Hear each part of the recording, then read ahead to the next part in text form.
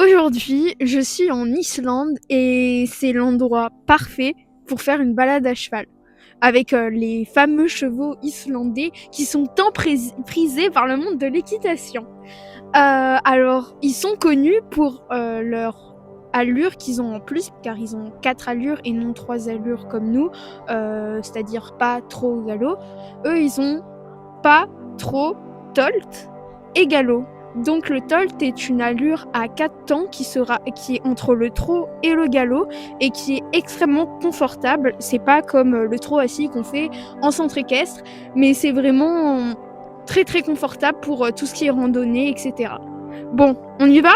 Let's go!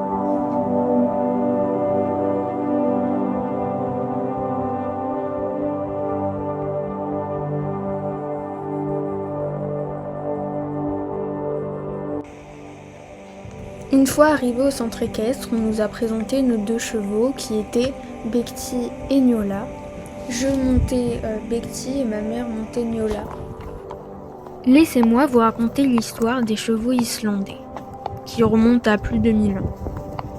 Lorsque les premiers colons vikings arrivent en Islande au IXe siècle, ils embarquent avec eux des chevaux robustes venus de Norvège, d'Écosse et d'Irlande. Ces chevaux sont les ancêtres directs de nos chevaux islandais. Sur cette île volcanique, les chevaux doivent s'adapter très vite, car les hivers sont longs, les sols imprévisibles et la nourriture assez rare. Mais ils survivent, même on pourrait dire qu'ils s'endurcissent, génération après génération. Et petit à petit, ils deviennent une race à part entière.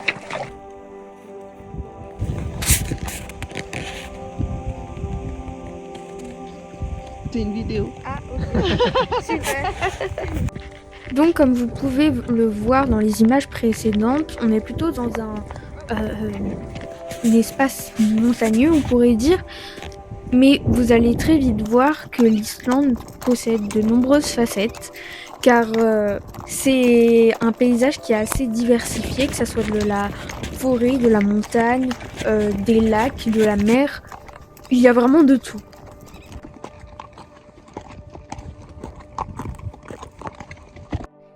Cette balade était vraiment géniale parce qu'on a pu tolter, on a pu un peu galoper en côte sur des pentes. C'était vraiment génial. Ma mère a failli tomber, mais elle va bien, vous inquiétez pas.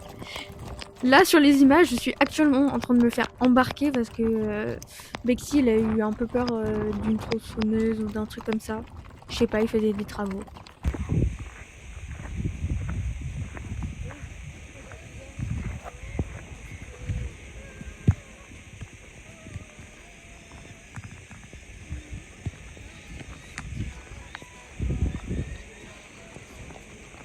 Oui, c'est fatigant. Salut, donc là c'est le deuxième jour de balade où on va donc monter des chevaux islandais. On est dans la ville de Akureyri, il me semble qu'on dit comme ça en islandais mais je suis pas très sûre. Voilà, donc on attend que la propriétaire nous récupère. Thank you too. J'ai monté un cheval qui s'appelle Picta. Il était vraiment super mignon. Même si au début j'avais un peu peur parce qu'il était assez regardant. Mais franchement ça s'est super bien passé.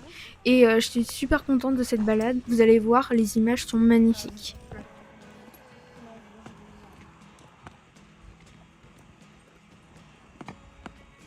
Le saviez-vous que ces chevaux sont protégés par la loi ? En 1982, une loi très stricte a été votée. Aucun cheval étranger ne peut entrer en Islande. Et un cheval islandais qui quitte le pays ne peut jamais revenir.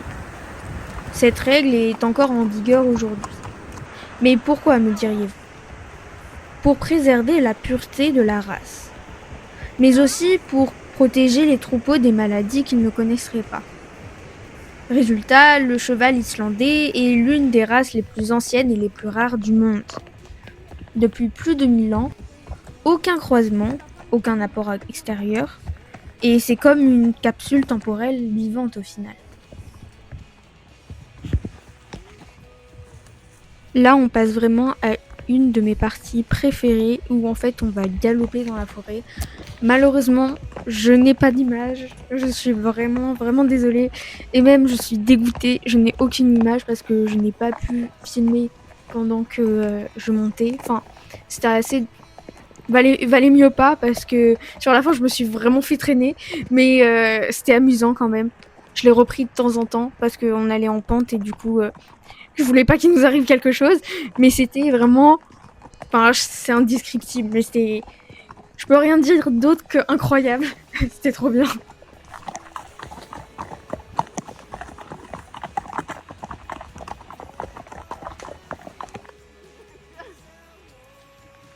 Alors là on a fait un petit galop du coup et on les fait brouter parce qu'ils ont bien galopé. Enfin moi j'ai plus tolté que galopé. J'ai eu quelques foulées de galop, mais pas des masses. Mais c'était bien quand même le tolt.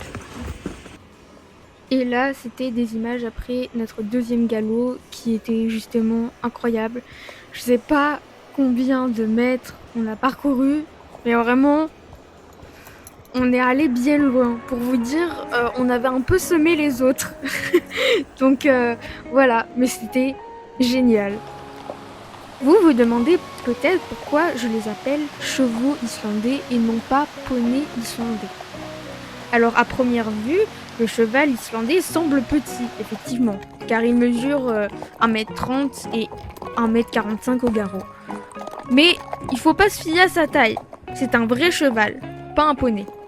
Il est puissant, endurant, avec une ossature solide, des sabots durs et une crinière dense pour affronter les hivers les plus rudes. Il est en quelque sorte trop puissant pour être un poney. Cette vidéo touche à sa fin, j'espère qu'elle vous aura plu et vous me direz en commentaire quelle balade vous avez préférée entre celle d'Akureyri et celle de Seyðisfjörður. Bon, je sais que ça se prononce pas comme ça, mais écoutez, on fait comme on peut. En attendant, n'hésitez pas de liker, commenter et de vous abonner parce qu'on est passé à la barre des 500. D'ailleurs, merci beaucoup. Moi, je vous dis à plus!